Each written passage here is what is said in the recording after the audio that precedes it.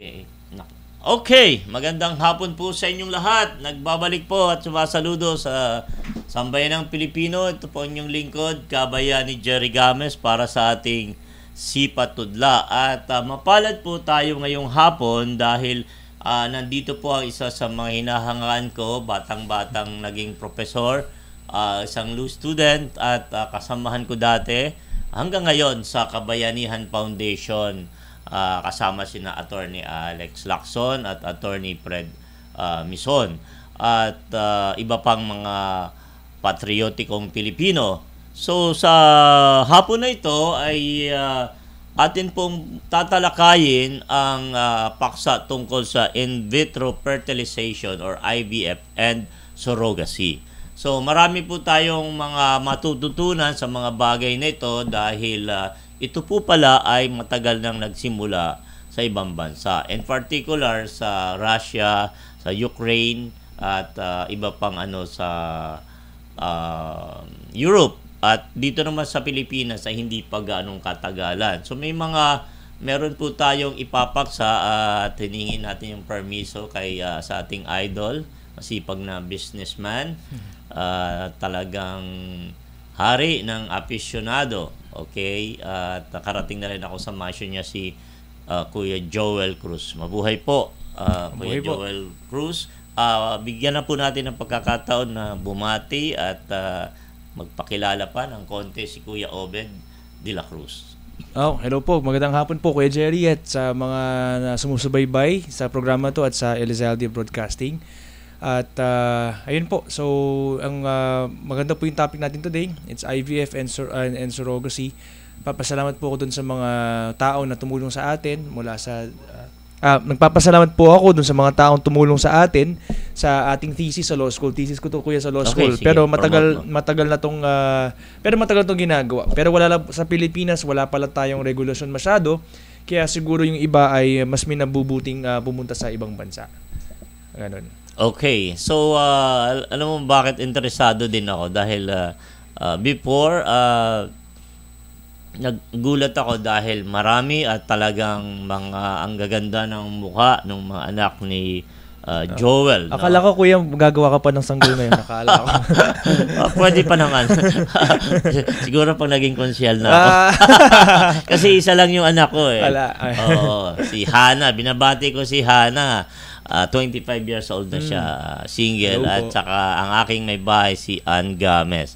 So, batiin mo naman yung papa mo at mama mo at mga kapatid. Batiin ko po yung aking parents, si Mami Ellen, si Daddy ko, tas Daddy and sila mga kapatid ko. At yung mga estudyante ko dati sa UE Manila, mga estudyante ko ngayon sa FEU Institute of Technology, mga klase ko sa PUP College of Law.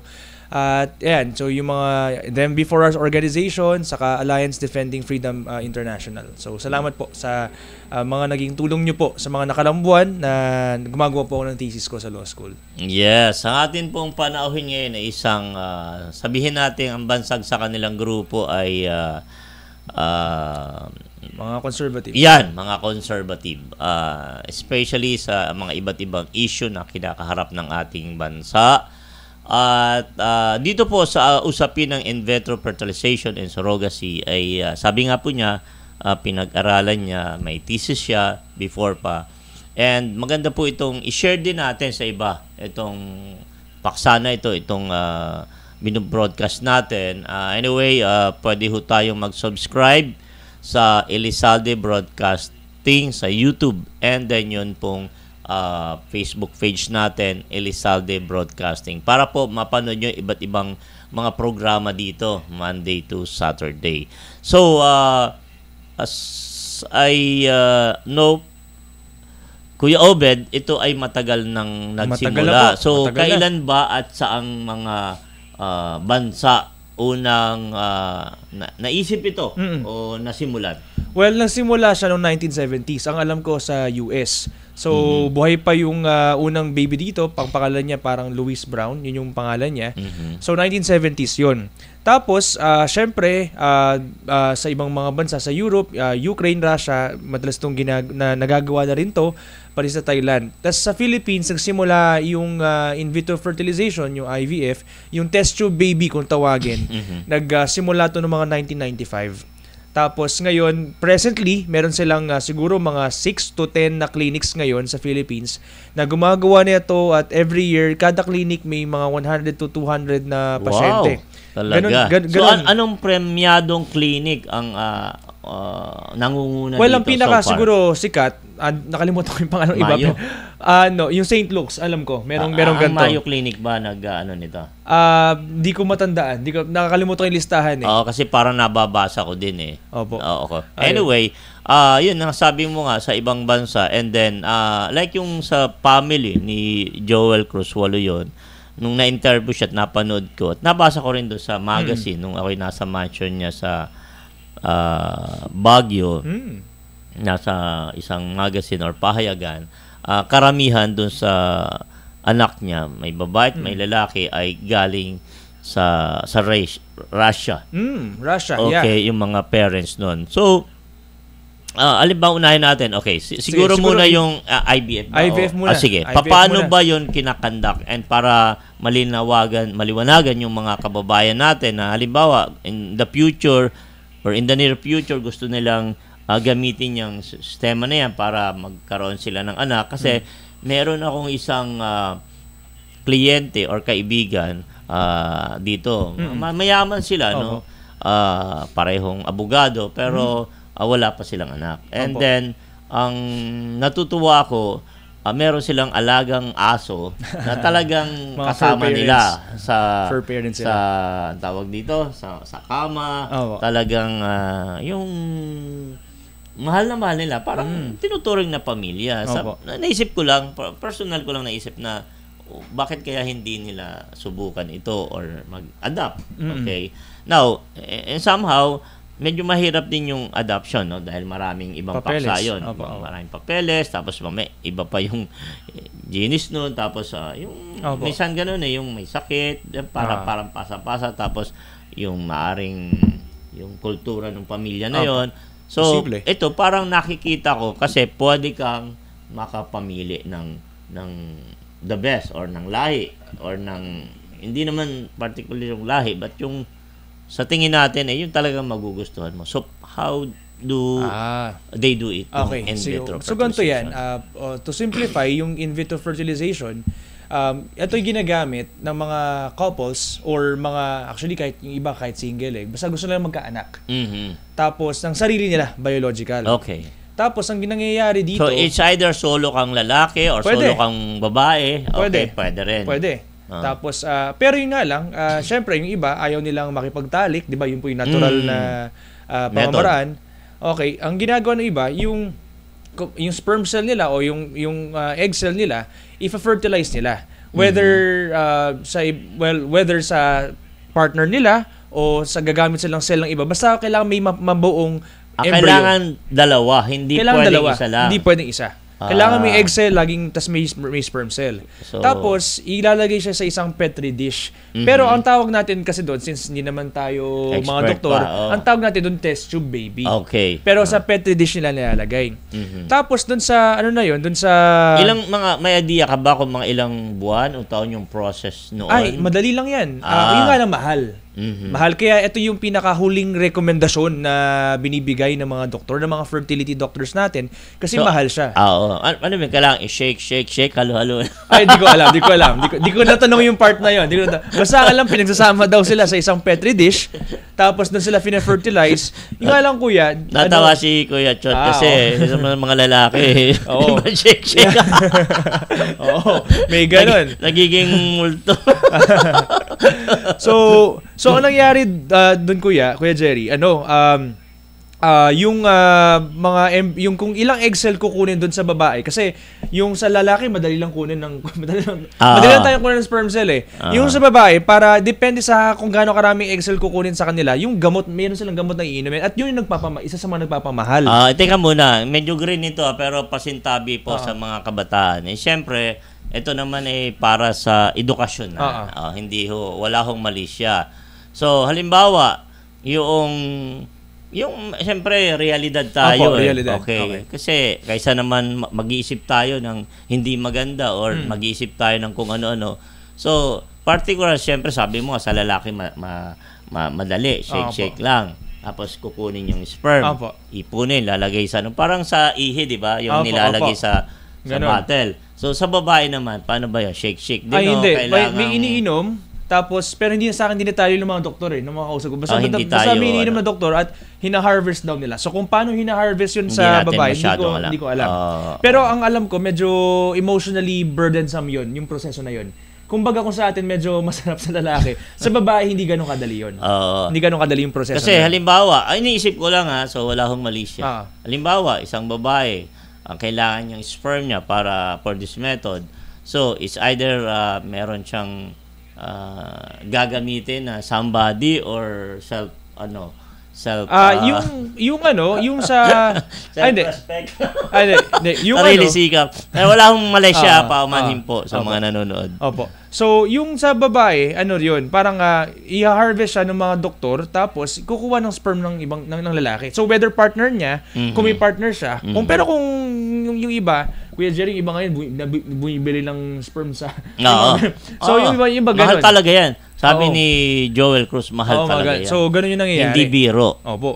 Tapos, ang nangyayari doon, if-fertilize depende sa budget, if-fertilize yung kung ano saan aabot sa budget, at hindi naman usually isa yan. Usually, marami ang fin-fertilize na mga matured eggs. Tapos, pag na-fertilize sila, parang mga 3 to 5 days, titignan nila kung sino yung magsusurvive. So may surviving survival yan, hindi time. Hindi siya madali. Hindi instant na parang noodles na mabubuo agad yan pag nakuluan o pwede mo nang inumin, At marami dito, kuya, namamatay. Sumusablay. Opo. Karami, at may mga iba kahit magbayad ng milyon-milyon, sablay pa rin. May mga ganun. Kaya nga mahal. So kailangan fertile, maring dapat fertile talaga yung babae, maganda yung kanyang, kasi kung sakitin, nagsisigarilyo, nag-a-addict o nagpupuyat, maring hindi successful yung makuha sa kanya. So, kailangan pwedeng press o talagang healthy. Sabihin na natin yung bodies niya. Yeah. Dapat healthy. Tapos, pero actually, itong IVF, ito yung binibigay doon sa mga talagang may sakit. Kasi, pero may ibang method pa. Yung tinatawag nilang restorative method na ito yung lifestyle. Na kung ayaw mo mag-IVF, gusto mo natural na proseso, mga ilang taon, siguro mga 1 to 2 years, 3 years, depende. Basta mag-respond yung katawan mo doon sa parang healing process. Hindi ganito, may singit ko lang. Sure. But before that, batiin ko lang yung ating kaibigan, si Sir Paul Gumaro. Ayan, nasa Cebu City siya. Mabuhay ka, Mr. Paul Gumaro. Namimiss ka na ng mga batang sampalok. Okay, hindi na tayo nakakapag-ikot-ikot. At, ayan, sige. Binabati ko rin yung mga taga Oriental Mindoro na nakikinig, mga taga Socorro. Ayan, at ang mga Gamesian. So, baka may babatiin ka pa bago ka kasi may itatanong ako sa'yo. Sure. So, halimbawa, isang lalaki, okay naman yung condition niya. Tapos, yung babae, sabihin natin baog o hindi nagpifertile, ganyan. So, kukuha ng ibang babae, it's either Pilipina din o ibang nasyon, ano yung proseso ng ganon or pwede ba yung ganon? Sa Pilipinas, wala tayong batas dito. Ang sabi sa akin, wala daw silang ginagawang, ang tawag dyan, kuya, yung gagamit ka ng ibang tiyan, surrogacy yan. Ang sabi nung nakausap ko sa Pilipinas, di raw nila ginagawa. Pero sa Congress, may naka-file na bill ngayon, sinabi, meron ng 19 na nagawa sa Pilipinas. Kung paano nagawa yun dito, hindi natin alam. Pero na-intriga lang ako. Pwede bang halimbawa, maaaring merong gano'n na hindi na lang nakukwento, hindi nasasabi. So halimbawa, si lalaki, okay, si asawa, yung babae, hindi nga makaproduce ng anak. Syempre, mahal niya yung lalaki. Sa iwanan siya, pumayag na lang na sabihin natin, makipagtalik sa ibang babae. And then, syempre, parang at the same time, pag iniluwal yon na, halimbawa, not knowing, inangkin na lang nung babae na parang sa kanya nang galing yun. Parang out of may mga ganun. May mga ganun, hindi lang legal, pero posibilidad na Kasi may mga maitatago naman ganun, Opo. lalo sa mga liblib na. Yeah, posible pero hindi legal. Oo, okay. So, pero yung ganun, kuya, yung makipagtalik sa iba, ano yun? Hindi naman IVF surrogacy yun. Pero ito, yung sa topic natin, Actually, kasalanan yun. yeah, gagagawa mo, kasalanan yun. Anong kaso yun? Kapag kasal, ano yun? RA 9262 yun. Oo. Kasi sabi ng Supreme Court, yung cheating daw is against the law. Yung bueno, proof yun eh. Paano kung mamaya magalit yung babae, gusto niyang hiwalayan? Sabi, magkaanak ka eh. Oo. 'Di ba? Sa ano naman natin sa batas, kung wala naman nagrereklamo. Kung wala nagreklamo, walang makakasuhan. Nasarap. Ganon. So, siguro. oo. Pero ngayon, kuya, may mga masaya yung ating topic. Para hindi boring. Opo. Tapos, pero dun sa mga gusto naman na ayaw ng ganon, gumagamit siya ng surrogate. So, halimbawa, kaya nakita ko yung picture, pwede pala yun sa solo ka lang or same-sex, heterosexual couple, single women, actually, single men. Yan, yung pinag-usapan natin kanina. Tama. And sa Ukraine nga, ang balita sa akin, may mga LGBT couples na nag-commission ng surrogate children, kaso bilang nagkagera, iniwan nila. Sayang. Gumasa sila, pero hindi na kinuha yung bata. So ngayon, problema nung iba ngayon, yung mga pinanganak doon sa surrogacy, na-abandon. Oo. Teka, sige, bago tayo lumalim sa paksa, ito halimbawa, curious lang ako. Sige lang, kuya.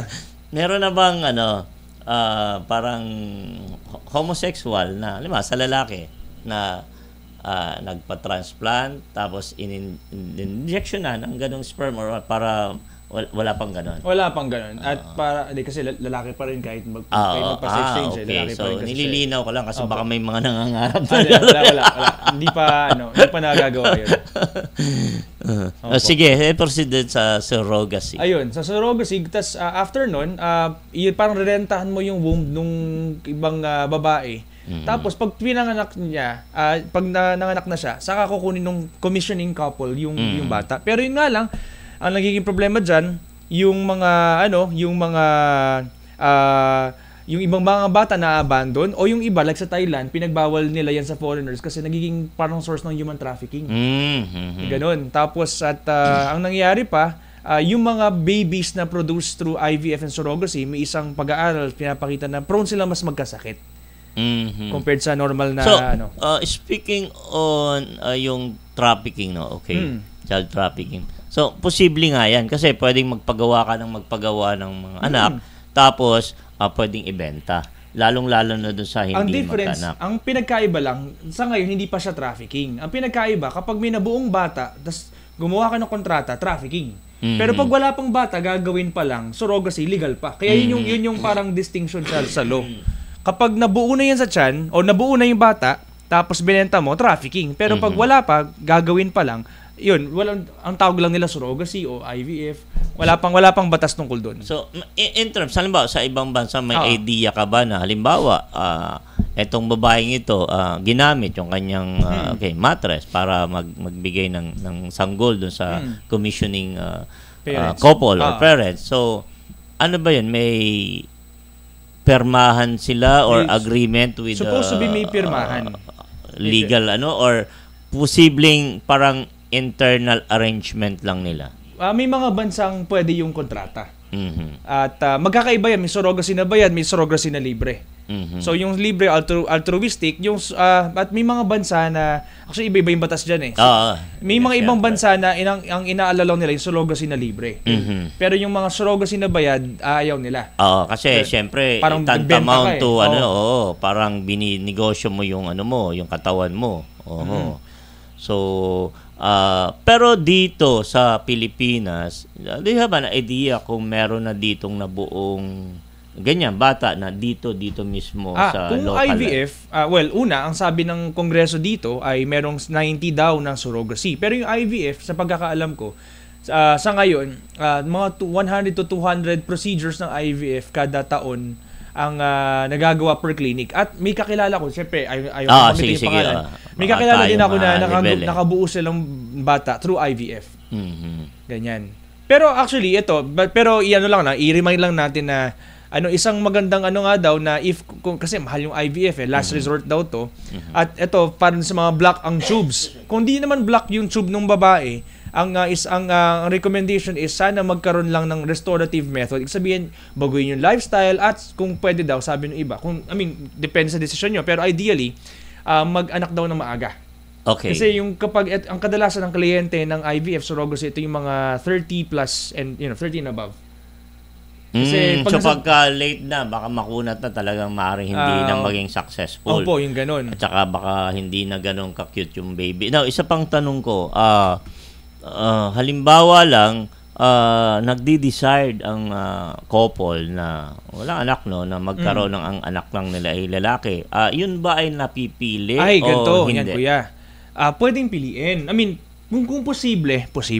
Pero kung legal ba yan, hindi. Kasi ang ibig sabihin yan, kapag namili ka ng babae o lalaki, ibig sabihin, yung pipiliin mo, siya mabubuhay, yung iba mamamatay. Or mamamatay, o kung may pera ka, ipapa-freezer mo sila. Parang special ganun. special order. Ayan, mga ganun. May ganyan, kuya. May ganyan. May ganyan, kuya, sa internet. Nabibili yung mga sperm cell ng mga ganito yung profile ng donor, sperm donor ng tawag. Pero hindi pwedeng mamili. Halimbawa, isa lang kamay. Hindi. Wag naman. Hala, kuya. Pero si Kuya Jerry, okay naman. Saan ka lahat? Pinapasaya ko lang ang ating discussion para hindi naman kayo maboring. Okay, so binabati ko rin po yung mga taga-Sampaloc dyan, yung mga chairman at kagawad na masugid na sumusubaybay sa Sipat Tudla. Okay, ang Sipat Tudla po ay nagsimula po ito way back, siguro nasa 20 years na. Buhay pa nito si kaibigan ko, sino ba ito? Si Ramos. Si journalist siya, na mental block na naman ako. Si Kuya, si Marcelo Del Pilar. Yung pelikula niya sino yan? Naging pelikula yung buhay niya. Sikat to. Sa dyaryo. Baka hindi mo na inabutan kasi meron siyang tabloid. Sumusulat ako doon ng tula. Tula na Tagalog. Ang pamagat is Sipat Tudla. Bakit Sipat Tudla? Kung maitanong nyo. Kasi yung sipat parang view. Yun pala yun. Okay, tapos yung tudla, ano yan? Tudling na patula. Okay. Makata ka pala, kuya. Itong aking kaibigan, ang talino'y di mapapantayan. Wow, may sa ganun batang pala. kaisipan, naisip niyang maglingkod sa bayan. Pero dapat kuya nakipag-date na lang muna ako. Kaysa nasobrahan sa lingkod sa bayan nakalimutan makipag-date yata. Sige. Malay mo through our program. Hindi lang girlfriend tapos may baby pa. May baby pa. Pwede, posible. Okay, so any additional input? Ayun, so ngayon, so far, merong regulasyon na naka-file, bill to regulate surrogacy and IVF sa Congress. Yun nga lang, ang tinitingnan natin dito yung children's rights perspective. Alam natin yung adults gusto magkabata, pero minsan kasi hindi maganda yung epekto sa bata. So yun yung medyo malalim yung pag-uusap dito, pero sana lang, siguro, if ever, ang request lang natin sa Kongreso natin, sa Senado, in case na ipagpatuloy nila to, tingnan natin yung epekto sa bata, sa human rights perspective, children's rights perspective. Sana kasi ang practice sa ibang bansa, hindi nila nalalaman kung surrogacy, kung saan sila nanggaling. So sana man lang yung origin masabi, tapos at so para ma-inform din yung mga bata, halimbawa magtanong, saan ba ako galing? Putok ba ako sa buho? Putok ba ako sa bulkan? Tayo ng kalabaw, yung gano'n, di ba? So, kailangan nalalaman. So, at actually marami pa. Putok ba ako ng New Year? Marami pa. Okay. So, ayun. So, halimbawa lang, no? Kasi, halimbawa, katulad nung, syempre, kailangan ba yung i-reveal sa mga bata? Ikaw lang yung personal mo. Sabi kasi sa akin kasi law student ako, kuya. Ang opinion ko, sasabihin ko, sabi ng batas. Okay. Sa International Convention ng Rights ng mga bata, they have the right to know their parents and they have the right to their parents. So dapat ipaalam sa kanila at sana kung yung kasi may mga pagkakataon ina-abandon sila eh. So sana magka-penalty dun sa mga nag-abandon at may mga times din na yung talagang surrogate mother ayaw niyang i-surrender na yung bata na pamahal na siya. Ayun, actually from a children's rights perspective, dapat ma-retain siya ng surrogate mother. May mga ganun eh. Tingnan lang kasi ang daming psychological effects, minsan may mga legal effects. Yes, halimbawa ganito. Halimbawa kung dito lang sa sistema natin sa Pilipinas, dito rin ginawa yung bata, okay, sa ganitong sistema, okay. And then nalaman nung bata na ganito, tapos he or she decided to know kung sino saan talaga nanggaling, and then the parents prevented him or her to know, and then aside from that, pwede rin naman na yung ina na pinanggalingan. So, halimbawa na parang nangangarap din na magkaroon ng sariling dahil hindi nga din na halimbawa nagkaasawa na yung lalaki naman hindi rin makabuo. So, parang gusto nila i-win back or ibalik yung bata na nanggaling sa kanya. Posible ba yon or masalimuot? Complex, very complex. Kaya dapat pag-aralan yung mga proposals dito para yung karapatan ng bata ang maalagaan. At saka yung nanay per se na papagamit para sa ganung sistema, dapat mayroon siyang pinirmahan na hindi niya guguluhin o hindi niya babawiin or what. May ganun, pero ewan ko, sabi ng mga psychologists kasi, kung pwedeng kung as much as possible, ma-retain siya nung surrogate mother. So, marami pang actually, pa siya eh. We are learning pa. Okay. We are learning. So, hindi pa buo. Kaya, kaya ngayon, proposal pa lang siya at sana yung mga psychiatrists, yung mga doktor ay makisama dun sa usapin dito para makabuo tayo ng parang magandang batas tungkol dito. Tuntunin para sa ganitong in vitro fertilization and yung isa naman yung surrogacy. Now, iniisip ko lang din na syempre may marami ang talagang pamilya na walang anak o yung iba nakukulangan, isa lang, gusto madagdagan, tapos hindi na sila dahil may edad na. Ano yung maipapayo mo sa kanila or may advice? Halimbawa, yung nagaganyak silang gayahin yan. Ano yung mga steps and then ano yung mga pros and cons? Okay. So, dun sa mga gustong gawin to, una, mahal to. Ito yung last resort. Dollar ba? Yeah, mahal. Pwedeng dollar, kahit piso, kuya, sa dollars, minsan, umaabot din ng ilang libo. Ganon. Okay. So, mahal talaga to. Ang price nito sa Philippines, nag-start ng mga 250,000. So, ibang bansa, million na yan, for sure. Ganon. So, ganun. Kaya, ang advice, una, mag-consult sa doktor, tapos yung lifestyle, unang babaguhin sana muna yung lifestyle. Kasi, kung pwedeng natural method muna, baka kayanin pa, di ba? Mas kayanin. Kasi, una, mas, maliban dun sa sabi niba, mas masarap. Pero mas yung natural method, mas healthy yung baby. Okay. Tapos, mas pabor yun dun sa bata.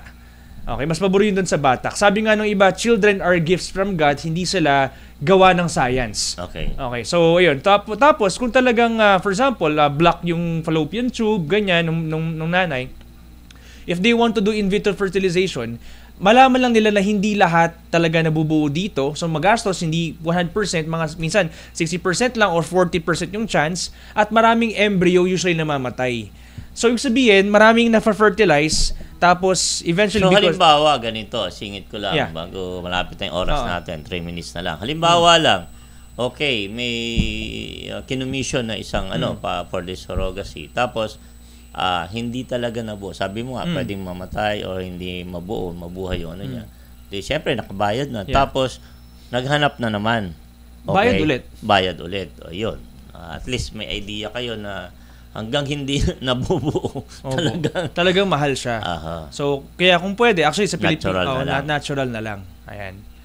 So, ayun po. Ako, kuya, hindi pa ako nakakabuo ng bata. Kaya, kailangan ihanap muna natin ng partner. Ayan, yung mga nakikinig po dyan, single, available, and then talagang, magpapalahi. Ay, grabe, may ganun. Number 1 yung ano nila yung family name nila sa Pilipinas, diba? De la Cruz. Wala, hindi, kasi sikat na apelido eh. Common na apelido yan eh. Filipino. Kaya, okay. So, kung may mga katanungan po kayo, pwede nyo pong i-message. Gusto mo bang mag-plug ng number mo or blog mo? Kahit comment na lang kayo or hanapin nyo sa Facebook yung si Obed, ang tropang modern conservative, or yung pangalan ko yan, Obed de la Cruz, hanapin nyo lang, makita nyo yung pinakapogi doon. Yan. Nakakangiti sa inyo, yun. Pangalawa ko doon. Ayun, message lang kayo or comment, tapos let us know. Si Kuya Jerry naman. Pwede rin naman i-share nyo yan or mag-comment kayo dyan sa Sipat Tudla sa edition ngayon. And then, malay nyo, makatulong si Prof. Obed de la Cruz sa inyo para at least mabigyan kayo ng konting idea or gabay. Okay, so wala naman po masama magtanong. And then, libre po para kay Kuya Obed yun. Yeah. So, salamat po sa inyong pakikibahagi at pwede nyo po i-share ito para mas marami yung makapanood. And then, nagpapasalamat kami sa mga tao na naniniwala sa ating mga advokasya, particular po. Kuya Obed, sige, magpaalam ka na. Ayun, thank you po sa mga sumabaybay at sa conservative movement sa Philippines. Tuloy-tuloy lang tayo. Let's be compassionate and let's always ask God's direction para with grace yung ating pakikipagsalamuha. Na lang, nakalimutan ko itanong kanina. Sa Kongreso, sino yung particular na mambabatas or party list yung nagsusulong? Yung dito, dalawa. Meron si Alvarez Pantaleon, saka yung isa Olaso. Hindi ako familiar sa first name, pero Olaso yung isa. So at least may idea tayo na may mga taong lumilikha ng batas para isakatuparan or magabayan yung kanyang proseso. So hanggang dito na lang po muli at saludo po kami sa inyo. Saludo tayo sa kanila. Okay, mga mabubuting Pilipino. Ito po yung lingkod muli. Kabayani Jerry Games at Obed de la Cruz. Mabuhay po and God bless us all.